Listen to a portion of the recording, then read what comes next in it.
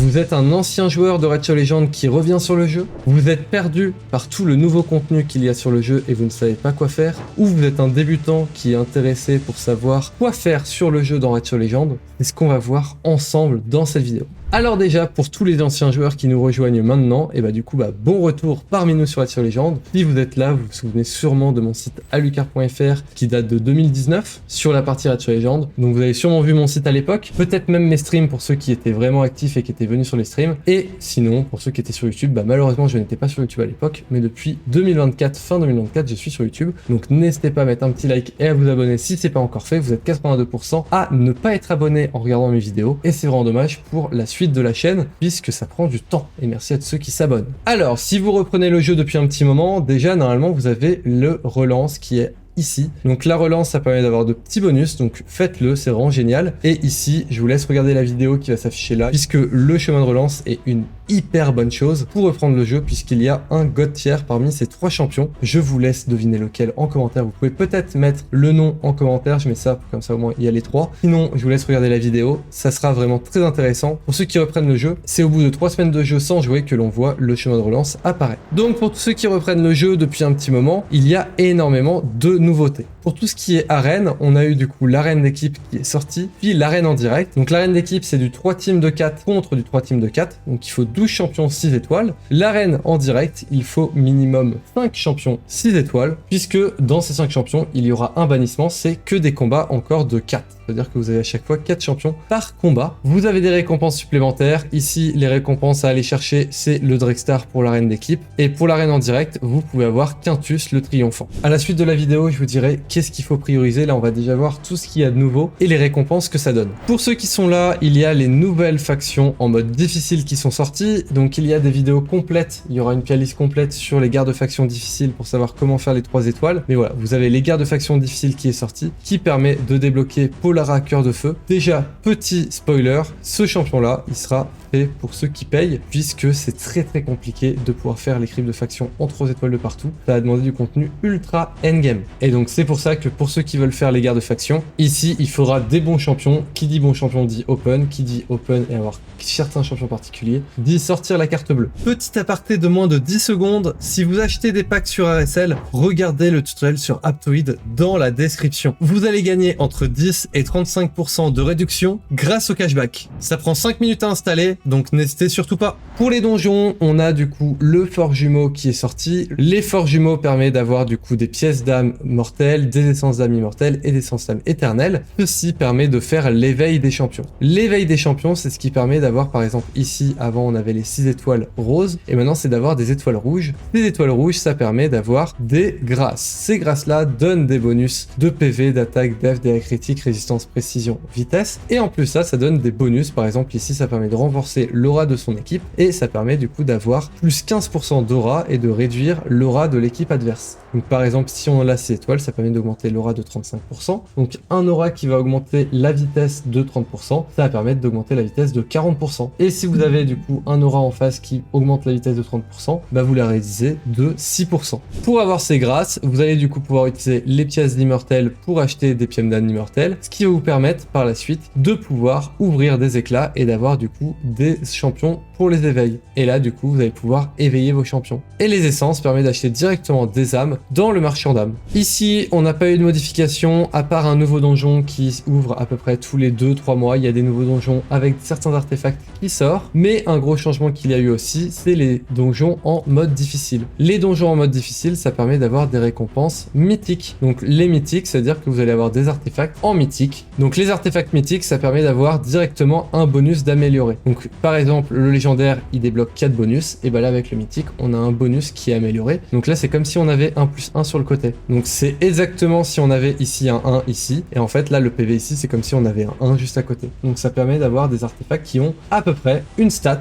bonus en bonus. Et donc c'est pour ça que les donjons hard, donc donjons difficiles, ça va être important de les farmer et on verra ça à la suite de la vidéo, qu'est-ce qu'il faut faire en priorité. À côté de ça, on a du coup la nécropole du démon et la bois du shogun. Ce sont deux nouveaux donjons. Ces nouveaux donjons permettent de pouvoir upgrader les artefacts et les accessoires. Ici par exemple il y a un artefact, j'ai envie de l'améliorer, je vais dans perfectionner et avec le perfectionnement, cela permet de pouvoir améliorer les artefacts et d'obtenir des nouveaux bonus. bonus. Donc de la vitesse sur les bottes, du délai critique sur les gants et sur les armes et tout, ça permet d'avoir des autres bonus, donc PV, attaque, def. Ça permet d'avoir quand même pas mal de bonus sur tous les artefacts et encore une fois d'avoir des bonus supplémentaires. Pour le bois du Shogun, ça permet de le faire ici pour les accessoires. Donc là pour tout ce qui est donjon, on a tout fait, mais on a aussi quelques bonus, c'est que ici on peut avoir par exemple des events où on a x3 sur le réflexe. On peut avoir des bonus x2 sur l'ordre du dragon et ça permet d'avoir 2 fois plus de chance ou 3 fois plus de chance d'avoir certains artefacts dans les donjons. Une nouvelle aussi nouveauté, c'est que l'on a des super raids, ce qui permet de faire 2 raids en un. Donc là par exemple si je fais un raid ça me coûte 20 d'énergie et là ça me coûte 40 d'énergie puisque ça va faire 2 raids en même temps, qui permet de faire des raids 2 fois plus vite et de recevoir des artefacts 2 fois plus vite. Donc on a vu les donjons, on a vu les guerres de faction, on a vu l'arène, il nous reste à voir tout ce qui se passe dans le boss de clan, il nous reste à voir la tour du malheur, la ville maudite et le siège. On va aller directement dans le boss de clan avec 2 nouveaux boss et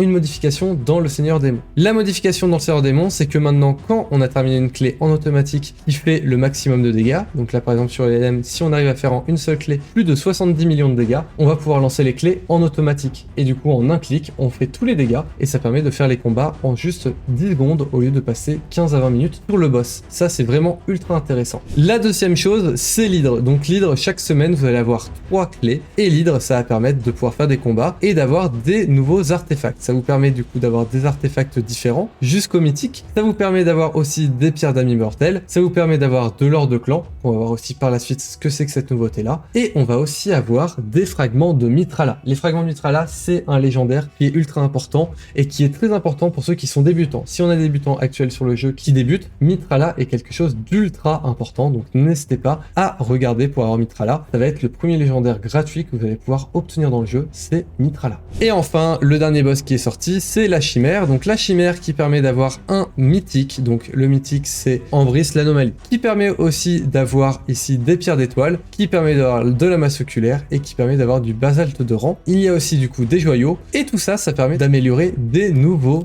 accessoires. Actuellement dans la forge, on va pouvoir fabriquer des reliques et donc ces reliques là, ça permet d'avoir aussi des bonus sur les champions. Ici par exemple, relique équipée, on peut aller là et on peut avoir des reliques qui permettent d'avoir des bonus. Là par exemple, le porteur a 25% de chance de renvoyer les étourdissements, sommeil, peur, donc tous les debuffs sur le porteur. Donc une fois sur 4, il va pouvoir renvoyer le debuff et ça permet d'avoir des reliques qui sont juste exceptionnelles puisque ça c'est vraiment des bonus ultra importants. Dedans on peut mettre du coup des joyaux qu'on a vu pour pouvoir les récupérer, des joyaux qui donnent aussi des bonus. On peut aussi les améliorer et en l'améliorant ça permet du coup d'avoir des niveaux d'aptitude différents, d'augmenter ici la vitesse, la précision. Donc tout ça est vraiment assez important et c'est dans la chimère qu'on l'obtient. On a vu aussi que l'on récupère de l'or de clan. Alors l'or de clan ça sert à quoi? C'est que quand on est dans un clan, on a maintenant un marché de clan et dedans on peut acheter de l'énergie et on peut acheter pas mal de choses. Je vais rejoindre un clan directement pour vous montrer. On va ici directement dans magasin de clan et dans magasin de clan on peut acheter ici des fragments d'habillage, on peut acheter des accessoires, on peut acheter du coup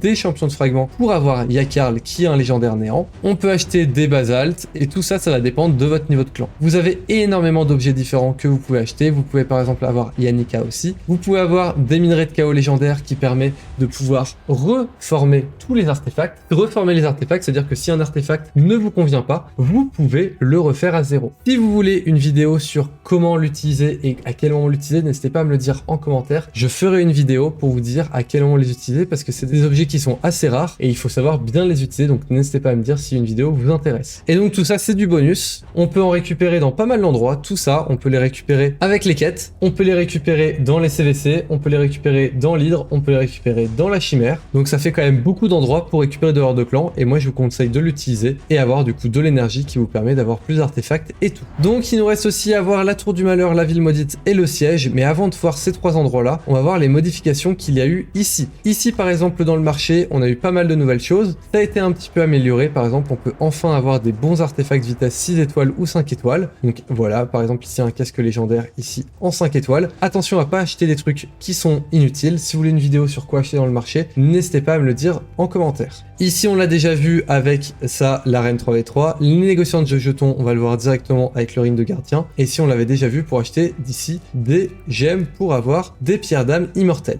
Pour les négociants de jetons, ça permet d'avoir des légendaires. Et pour avoir ces légendaires-là, il faut suicider des légendaires en double. Ma priorité, c'est que bon, ça existait déjà à l'époque. Ma priorité, c'est avant de supprimer libérer vos champions en double. C'est ultra important important d'abord de faire vos gardiens de faction. Les gardiens de faction, ça permet de mettre tous vos doublons dans les factions et d'avoir des bonus. C'est-à-dire que là, par exemple, tous mes légendaires, ils ont tous ces bonus-là parce que j'ai des doublons. Et donc là, si j'ai 5 légendaires doublons ici qui est rempli, je vais avoir de la vitesse pour tous les légendaires. Ici, c'est pour les épiques et ici, c'est pour les rares. Moi, mon conseil, c'est de tout remplir parce que dans les cryptes de faction, vous allez en avoir besoin et donc de garder vos doublons tout le temps pour au moins doubler tout ça pour vos cryptes de faction et tout. C'est ultra important, c'est du bonus qui est gratuit. Tout ce qui est gratuit, on prend. Et donc voilà, faites ça, remplissez tous vos gardiens de faction au maximum. Ensuite, vous avez renforcé les champions. Alors là, je vous conseille de le faire que pour certains légendaires. Attention à ne pas faire sur des légendaires que vous avez besoin et tout. Et de le faire pour les épiques. Les épiques, par exemple, un Vogoth ici, on peut doubler les Vogoth pour mettre un Vogoth ici. Le but, c'est de doubler ici pour avoir du coup des épiques plus 4 par exemple. Là, si je le fais ici, ça va permettre d'avoir du coup un niveau de renforcement level 4+, donc c'est le maximum, le 4, qui permet du coup d'avoir de la vitesse, de la précision, de la résistance, du taux critique, des critiques, et d'avoir des bonus. Pour le bonus de renforcement, on arrive à un total pour les légendaires de 40 attaques, 40 PV def, 55 de précision, 55 de résistance, 15 de vitesse, 32 dégâts critiques, 10 de taux critique, et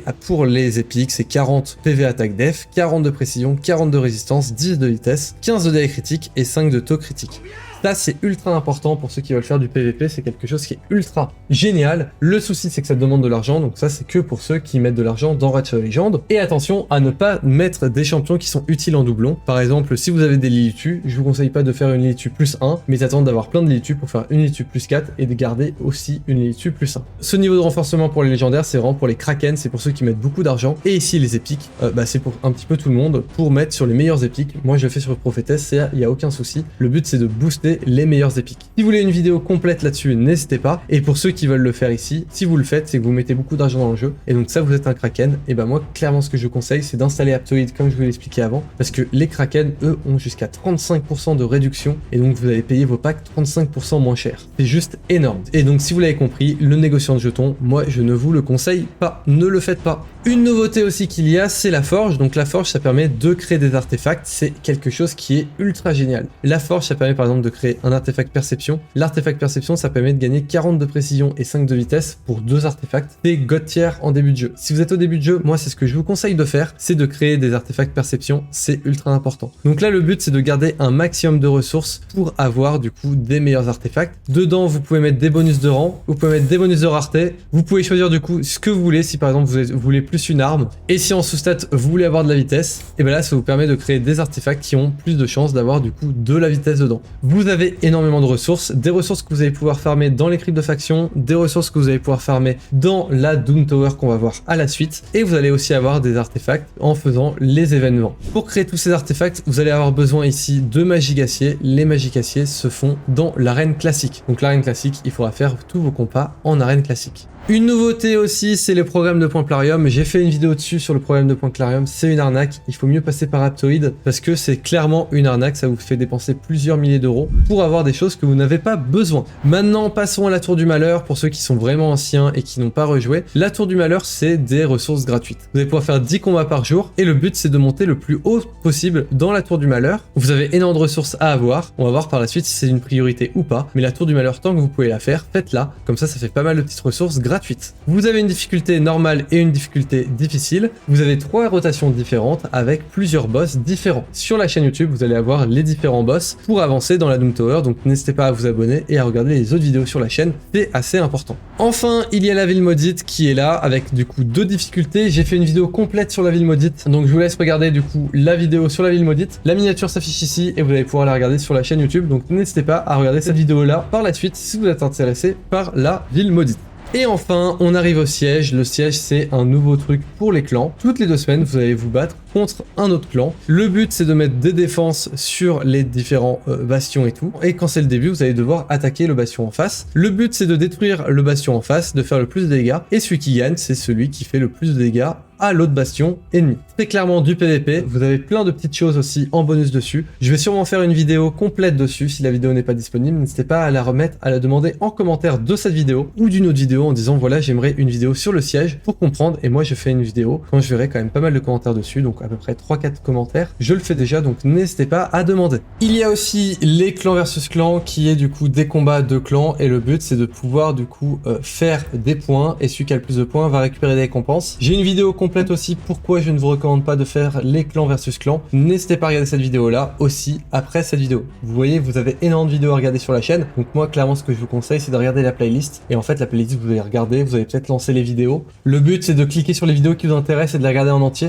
Vous avez aussi du coup des nouvelles missions pour avoir Ramantou, vous avez des missions pour avoir Marius, vous avez du coup plein de nouvelles missions, et vous avez énormément de nouveaux champions qui sont sortis. Maintenant, la partie qui va intéresser le plus de monde, ça va être de savoir quoi faire en priorité. Alors, en priorité, dans tous les cas, pour ceux qui débutent, pour ceux qui ne font pas encore le Drake 20, c'est de faire le Dragon 20. La priorité ensuite, ça va faire du coup le Seigneur Démon, l'Hydre et la Chimère. Ça va être de faire ces contenus-là. Donc la Chimère, ça va être votre priorité numéro 1, mais votre but, c'est d'essayer de faire un minimum pour pouvoir aller récupérer les premiers coffres. Vous allez récupérer les premiers coffres. Le but, c'est de pouvoir commencer à avoir Mitrala. Mitrala, ça va être un légendaire qui va vraiment vous aider dans le jeu. Donc allez récupérer Mitrala qui se situe ici dans l'Hydre. Donc montez vos champions et focussez du coup le Dragon 20. Après le Dragon 20, focussez le Seigneur Démon. Donc ici le Seigneur Démon. Après avoir fait le Seigneur Démon, ça va être du coup focus l'Hydre ici et faire la Chimère. Faire ces donjons là puisque vous allez pouvoir débloquer des champions, vous allez pouvoir débloquer des ressources qui sont gratuites et qui vous demandent pas d'énergie. Tout ça, ça vous demande pas d'énergie, mais par contre vous avez utilisé votre énergie pour monter des champions, farmer des artefacts dans le Dragon 20. Vous allez en même temps monter dans les missions pour arbitre et à côté de ça, vous allez utiliser toutes vos ressources. Comme vous pouvez voir ici en haut, vous avez énormément de ressources ici. Donc les ressources que vous allez utiliser chaque jour, vous allez faire ici chaque jour un petit peu votre fort de jumeaux. Moi, je vous conseille pas de le faire tant que vous farmez pas l'étape 15. Tant que vous farmez pas l'étape 15, ne faites pas votre fort de jumeaux de fer. Vous allez perdre de l'énergie pour rien. Ça va être des ressources qui vont pas être top. Donc ne farmez pas tant que vous farmez pas le fer de jumeaux 15. Dès que vous avez le fort de jumeaux 15, vous le farmez tous les jours. Vous le farmez tous les jours, vous le faites que 6 fois. Et si vous mettez un tout petit peu d'argent dans le jeu, vous êtes un low spender par exemple, vous avez un tout petit peu d'énergie, vous achetez que le dimanche, je dis bien que le dimanche, vous achetez un refill pour avoir du coup 6 clés supplémentaires à 150 gemmes et ça va vous permettre le dimanche d'avoir le double de récompense. Et donc le dimanche, c'est vraiment le seul jour où il faut farmer dans tous les cas le fort de jumeaux de fer. Il faut jamais manquer de dimanche pour le fort de jumeaux de fer.